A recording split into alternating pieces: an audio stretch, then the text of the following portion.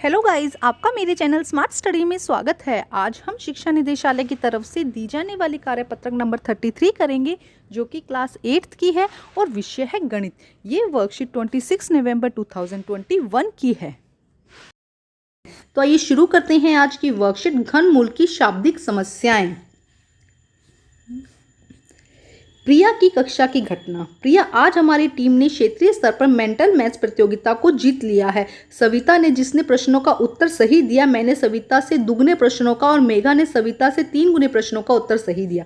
तो देखो यहाँ पे क्या कहा जा रहा है कि सविता ने जितने प्रश्नों का उत्तर दिया उससे सविता ने जितने प्रश्नों का उत्तर दिया, मैंने उससे ज्यादा दुगने प्रश्नों का और मेघा ने उससे 3 गुने प्रश्नों का उत्तर दिया। हम तीनों द्वारा बताए गए सही उत्तरों का गुणनखंड है 162। अब तुम बताओ कि किसने कितने प्रश्नों का सही उत्तर दिया। तो देखो हम इसमें क्या करेंगे बेटा, माना सविता ने सही उत्तर दिया P, हमने माना सविता ने कितना दिया P, और प्रिया ने क्योंकि उससे दुगना दिया था तो हम लिख देंगे 2P। इसी तरह मेघा ने 3 गुना दिया था तो हम लिख देंगे 3P, और इनका गुणनफल कितना है 162, तो हम लिख देंगे P गुना 2P गुना 3P इक्वल है 162। यहाँ पे ध्यान रखेंगे कि कौन किसके दुगना है। सबसे पहले सविता को हमने माना P, और प्रिया यहाँ पे बता रही है तो मैंने कितने दिया, प्रिया ने कितने दिया था P से 2 गुना, तो हम कर देंगे 2P। इसी तरह जो लास्ट में मेघा थी उसने 3 गुना ज़्यादा सही दिया, तो हम P से इससे गुना नहीं करेंगे, हम P से 3 गुना करेंगे। ठीक है, आगे देखते हैं क्या कहा गया है। फिर हम इस तरह प्रश्नानुसार लिखेंगे P गुना 2P गुना 3P इक्वल है 162। अब देखिए यहाँ पे क्या हो जाएगा, जब इसको आपस में गुना करेंगे तो 2 को 3 से गुना करेंगे 6 आ जाएगा, और यहाँ पे आएगा P की क्यूब। ठीक है, 3 बार P है ना, तो हम लिख देंगे P की क्यूब इक्वल किसके हो जाएगा 162 के। अब देखो 160 हम 6 यहाँ पे ले जाएंगे, 162 के नीचे 6 से डिवाइड करेंगे तो कितना आ जाएगा 27। तो P3 इक्वल किसकी हो जाएगा 27 की। ठीक है, P3 की किसके इक्वल हो जाएगा 27 के। तो 3 को हम इधर ले जाएंगे तो क्यूब रूट हो जाएगा, तो कितना आ जाएगा 3 मल्टीप्लाई 3 को जब क्यूब रूट करेंगे, घनमूल निकालेंगे तो कितना आ जाएगा, आंसर हमारा 3 आ जाएगा। थोड़ा सा ध्यान से अब हमें बताना है कि सविता ने कितने आंसर दिए थे सही, 3 सविता ने दिए थे। प्रिया ने कितने दिए, 2P था ना, 2P था, P की वैल्यू कितनी निकली 3, तो 6 आ जाएगा। इसी तरह मेगा का आंसर 9 आ जाएगा। ठीक है, थोड़ा ध्यान से करेंगे तो हो जाएंगे बेटा, आसान है ये क्वेश्चन ना। रिया की कक्षा की घटना। रिया दीदी, हम सभी आज प्रधानमंत्री राहत कोष में कोरोना पीड़ित लोगों की सहायता के लिए कुछ धनराशि दान देने का निर्णय किया। मैंने जितने रुपए, ध्यान से सुनिएगा, मैंने जितने रुपए दान दिए मेरी कक्षा के उतने ही बच्चों ने मेरे बराबर रुपए दान दिए। मेरे विद्यालय की कुल उतनी कक्षाओं में मेरी कक्षा के बच्चों के बराबर धनराशि का दान दिया।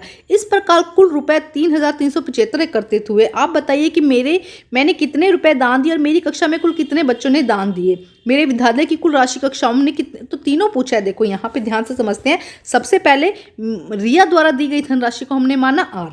धनराशि देने वाले बच्चों की संख्या भी थी R। उसने क्या कहा था, जितनी धनराशि मैंने दी है उतने ही कक्षा के बच्चे हैं, तो R ये क्या हो गया, उसके बच्चों की संख्या, और धनराशि देने वाली कक्षाओं की संख्या, और उसने ये क्या कहा था कि उतने ही हमारी कक्षाओं की संख्याओं ने दान दिए। यहाँ पे देखो तीनों ही R है, ये बात ध्यान रखिएगा। फर्स्ट उसने क्या कहा था कि जितनी धनराशि मैंने दी, माना कि R, उतने ही मेरी क्लास के बच्चे हैं, तो वो भी क्या हो गया R, और उतने ही कक्षाओं के बच्चों ने दान दी, तो वो भी क्या हो गया R। तीनों यहाँ पर R हो गए। तो अब हमारे पास में इन तीनों का मल्टीप्लाई कितना हुआ, उसने कहा था टोटल धनराशि कितनी दी गई 3375, तो R गुना R कितना हो जाएगा 3375। तो हम R की क्यूब निकालेंगे तो R 3375 किसके क्यूब रूट होते हैं 15 की। तो रिया द्वारा दी गई धनराशि कितनी है 15 रुपए। कक्षा में धनराशि देने वाले बच्चों की संख्या कितनी हुई 15, और धनराशि देने वाली कक्षाओं की संख्या कितनी हुई 15। तो बेटा थोड़े से क्वेश्चन आंसर करोगे तो ये आसान लगेगा। अभी आपको थोड़ा सा टफ लग रहा होगा, लेकिन जब क्वेश्चन आंसर करेंगे तो आपको आसान लगेगा। तो आइए करते हैं क्वेश्चन नंबर 1 देखते हैं। चौक के घनाकार डिब्बे का आयतन 1728 है। घनाकार है मतलब घन है, ठीक है। तो घनाकार डब्बे का आयतन कितना है 1728 घन सेंटीमीटर। तो चौक के डब्बे की लंबाई चौड़ाई ऊंचाई बताइए। तो एक बात तो आपको यहाँ पे ध्यान रखना, क्योंकि घनाकार है तो इसकी लंबाई चौड़ाई और ऊंचाई क्या होगी, तीनों ही बराबर होंगी। ठीक है, क्योंकि घनाकार है ना। तो आइए करते हैं इसके। तो हम सीधा देखो, लंबाई माना L, चौड़ाई भी माना L और ऊंचाई भी माना हमने L, तीनों क्या है बराबर होंगे, क्योंकि घनाकार है। तो L क्यूब किसके इक्वल हो जाएगा 1728 के। तो इसके हम निकाल लेंगे, बहुत आसान है। तो आइए करते हैं इसे सॉल्व। बस ये ध्यान रखिएगा घनाकार डब्बा है ना। तो देखिए करते हैं बेटा सॉल्व, बहुत आसान है। पहले हमने निकाला बॉक्स का या डब्बे का, लिख दीजिएगा। बॉक्स का आयतन कितना है 1728 है घन सेंटीमीटर स्क्वायर। ठीक है, क्यूब। अब वॉल्यूम ये हमने लिख दिया है साथ में। इसके बाद में हमें क्या फाइंड करना है, हमें LBH मतलब कि लंबाई चौड़ाई और ऊंचाई हमें निकालनी है। तो हमें पता है लंबाई चौड़ाई ऊंचाई किसके बराबर होती है, घन के आयतन के बराबर। लंबाई चौड़ाई और ऊंचाई किसके बराबर होती है, घन के आयतन के बराबर होती है। तो अब आगे देखो क्या करेंगे, हम लिखेंगे लंबाई, यहाँ पे लिख दीजिएगा लंबाई चौड़ाई और ऊंचाई, ठीक है, ये किसके इक्वल है, 1728 के, 1728 के इक्वल है। क्योंकि लंबाई चौड़ाई और ऊंचाई बराबर होगी तो हम यहाँ पे एल क्यूब भी लिख सकते हैं, ठीक है। तो आइए देखिए आगे कैसे करना है बेटा। तो ये तीनों क्या होंगी, लंबाई भी हमने क्या मानी, हम मानेंगे कि लंबाई भी क्या है, एल है, चौड़ाई भी क्या है, एल है, और ऊंचाई भी क्या है, एल है, ठीक है। ये तीनों ही चीजें बराबर है क्योंकि घनाकार है, ये बात आप ध्यान रखेंगे, क्वेश्चन में दिया गया है। तब हम लिख देंगे यहाँ पे एल क्यूब कितना हो जाएगा, 1728। तो एल किसके इक्वल हो जाएगा, 3 क्यूब रूट 1728। तो एल किसके इक्वल आ जाएगा, 12 के। एल किसके इक्वल आ जाएगा बेटा, 12 के। इस तरह आप इसे सोल्व भी कर लिख सकते हैं। तो आप यहाँ पे लिखेंगे कि लंबाई कितनी है, 12 सेंटीमीटर, चौड़ाई भी कितनी है, 12 सेंटीमीटर, और ऊंचाई कितनी है, 12 सेंटीमीटर। क्योंकि घनाकार डब्बा है, लंबाई चौड़ाई ऊंचाई इसकी बराबर होगी। थोड़ा सा समझ के करना है बेटा। अब हम करते हैं नेक्स्ट क्वेश्चन। क्वेश्चन नंबर 2 में देखो क्या कहता है बेटा, दीपक ने वृक्षारोपण समारोह में जितने पेड़ लगाए उससे दुगने पेड़ महेश ने लगाए। मानो कि उसने लगाए पी, हम एक बार समझने के लिए लगाते, तो महेश ने कितने लगा दिए, 2p, और उसके 4 गुना पेड़ सुनील ने लगाए, तो कितना हो जाएगा, 4p। ये तो हमारी इक्वेशन बन गई, ठीक है। तीनों द्वारा लगाए गए पेड़ों का गुणनफल कितना है, 4096। तो हम इसको गुना कर देंगे आपस में, कितना आ जाएगा, 4096। बहुत आसान है बेटा। तो दीपक, महेश और सुनील द्वारा लगाए गए पेड़ों की संख्या बताइए। देखो बहुत ही आसान है, p हो जाएगा, 2p हो जाएगा, 4p हो जाएगा। तो आइए लेते हैं x से हम इसको सॉल्व करेंगे। आइए करते हैं सॉल्व। तो देखो करते हैं सॉल्व बेटा, क्या हो जाएगा। मानते हैं कि दीपक द्वारा वृक्षारोपण में पेड़ लगाए गए x, महेश ने लगाए 2x और सुनील ने लगाए 4x। ये हमने मान लिया कि दीपक ने कितने लगाए, x लगाए हैं, महेश ने कितने लगाए, 2x, और सुनील ने कितने लगाए, 4x। तो प्रश्नानुसार क्या बनता है बेटा, देखो प्रश्नानुसार क्या बनेगा, उसका गुणनफल कहा है, तो x गुना 2 गुना x प्लस 4 गुना x किसके इक्वल हो जाएगा, 4096 के इक्वल, ठीक है। तो अब इसको जब आपस में गुना करेंगे तो देखो 2 को 4 से गुना किया, 8 एक्स की क्यूब आ जाएगा, 8 एक्स की घन आ जाएगा। तो कितना हो जाएगा, 8 एक्स की घन किसके इक्वल हो जाएगा, 4096 के इक्वल। यहाँ तक समझ में आया। देखो अभी तक वही है जो हमने किया है आगे। अब हम इसे सोल्व करते हैं। तो आइए सोल्व करते हैं। देखो सोल्व करेंगे तो क्या होगा, देखो x गुना 2x गुना 4x 4096 हो जाएगा। x की क्यूब कितना हो जाएगा, 4096, ठीक है। अब यहाँ पे x क्योंकि मल्टीप्लाई में है, 8 यहाँ पे गुना में है, तो हम इसे भाग में ले जाएंगे। तो 4096 को जब 8 से भाग करेंगे तो कितना आएगा, 512। तो x क्यूब की, x घन की वैल्यू कितनी होगी, 512। तो x के लिए हम क्या करेंगे, घन रूट लगाएंगे। तो x की वैल्यू कितनी आ जाएगी यहाँ पर, 8। जब इसको देखो सोल्व करके देखेंगे तो x की वैल्यू कितनी आ गई यहाँ पर, 8। अब आगे देखते हैं। आगे उसने कहा था कि हमें बाकी वैल्यू भी निकालनी है।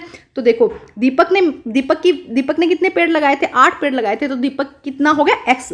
महेश ने कितने लगाए थे, 2x, मतलब कि महेश ने 2 गुना 8 कितना हो जाएगा, 16। इसी तरह सुनील ने कितने लगाए, 4x, तो कितना हो जाएगा, 32, ठीक है स्टूडेंट। तो इस तरह से हमारा सेकंड क्वेश्चन भी सॉल्व होता है। बहुत आसान है, थोड़ी सी प्रैक्टिस की जरूरत है। अब हम करते हैं क्वेश्चन नंबर 3। क्वेश्चन नंबर 3 देखते हैं बेटा। एक शहर के उत्पादन केंद्र में जितने कोरोना टीकों का उत्पादन 1 घंटे में किया जाता है उतना ही कोरोना के टीकों का मूल्य है। एक शहर है जहां पे जितने कोरोना के टीके बनाए जाते हैं 1 घंटे में, उतना ही कोरोना के टीके का मूल्य है। उतने ही उत्पादन केंद्र उस शहर में है। तो देखो तीनों चीजें बराबर है यहाँ पे। शहर के द्वारा 1 घंटे में उत्पादित कोरोना के उत्पादित टीकों का कुल मूल्य 2,70,00,000 है। कुल मूल्य कितना है, 2,70,00,000 है। बताइए कि कोरोना के एक टीके का कितना मूल्य है, उस शहर में कितने उत्पादन केंद्र हैं और 1 घंटे में उत्पादन केंद्र में कितने टीकों का निर्माण होता है। तो देखो सब यहाँ पर बराबर है, ये ध्यान रखेंगे, ठीक है। जितने केंद्र है उतने ही क्या है, टीकों का मूल्य है, उतने ही क्या है, टीकों का उत्पादन होता है। तो आइए करते हैं इसे सोल्व। तो देखो बेटा क्या कहता है, 1 घंटे में कोरोना टीकों का उत्पादन x, कोरोना टीकों का मूल्य x और शहर में उत्पादन केंद्र x। तीनों चीजें क्या होगी, x होगी। इनका गुणनफल कितना है, 2 करोड़, यहाँ पे लिख देंगे 2,70,00,000, ठीक है। यहाँ पे ये हमने लिख दिया, ठीक है। अब देखो x की क्यूब कितना हो गया, 2,70,00,000। तो x किसके होगा, 2,70,00,000 के घन के बराबर, ठीक है। अब देखो इसे आगे सोल्व करते हैं। आगे क्या होगा, इसके बाद देखो क्या हो जाएगा, यहाँ पे जब इसको सोल्व करेंगे तो प्रश्नानुसार क्या हुआ, x कितने हो गए, 2,70,00,000 के, ठीक है। x क्यूब ये भी हमने किया। अब आगे देखते हैं इसमें, ये देखिए अब देखो क्या हो जाएगा, यहाँ पे x की वैल्यू कितनी आ जाएगी, 300। जब इसे सोल्व करेंगे तो x की वैल्यू कितनी आ जाएगी यहाँ पर, 300, ठीक है, इसे सॉल्व करने पर। तो 1 घंटे में कोरोना टीकों का उत्पादन कितना होता है? 300। टीकों का मूल्य कितना है? 300। और शहर में उत्पादन केंद्र कितने हैं? 300, क्योंकि सभी का वैल्यू क्या ली थी हमने? x। तो बेटा आज की वर्कशीट कंप्लीट होती है। वर्कशीट कंप्लीट करके अपने टीचर से चेक कराइए और प्लीज़ मेरे चैनल को लाइक कीजिए, सब्सक्राइब कीजिए और शेयर कीजिए। Thank you students.